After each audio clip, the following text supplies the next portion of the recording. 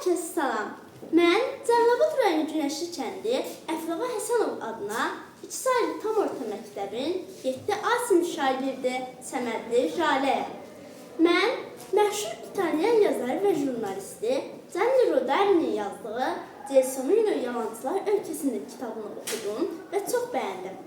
Bu kitabı bizim üçün Kitablarla İnkişaf Edək layihəsi göndərir. Kitabın baş obrazı Gelsomino'dur. Gelsomino'nun səsi çox gürdür. Hətta o, gür səsi ilə şüşələri də sındıra bilir. Və ölkənin əhalisi Gelsomino'ya çox pis baxırlar. Buna görə də Gelsomino ölkəni tərk etmək qərarına gəlir. Amma o bilmir ki, gedəcəyi ölkə yalancılar ölkəsidir. Bəli, Gelsomino yalancılar ölkəsinə gedir. Amma onun xəbəri yoxdur ki, bura yalancılar ölkəsidir. Və buna görə də hara gedirsə, ona pis baxırlar. Sonradan Gelsomino anlayır ki, əslində ölkə yalancılar ölkəsiymiş. Əvvəl o, yalancılar ölkəsinə öyrəşə bilmir. Amma sonra o, ölkədən dostluq etməyə başlayır. O, Al pişik, Axsaq pişik ilə dostluq edir. Onlar birlikdə əylənirlər. Və sonra bir gün qərara gəlirlər ki, ölkədə əhaliyə doğru, dürüst, ədalətli olmağı öyrətsinlər.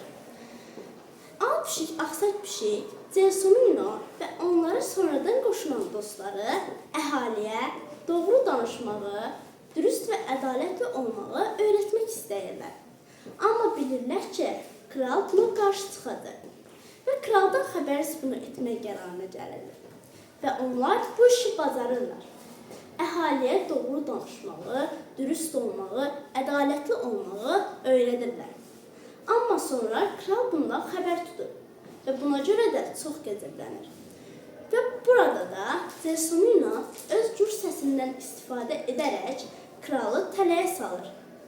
Və əhali hamı doğru danışır, dürüst olur və ədalətli olur. Və doğru danışdıqları üçün də hamı xoşbəxt olur, hamının üzü görür. Və xoşbəxtliyin bir sirri də budur, doğru danışmaq. Müəllif bizə başlamaq istəyir ki, yalan danışmaqla heç bir şey əldə edə bilmərik.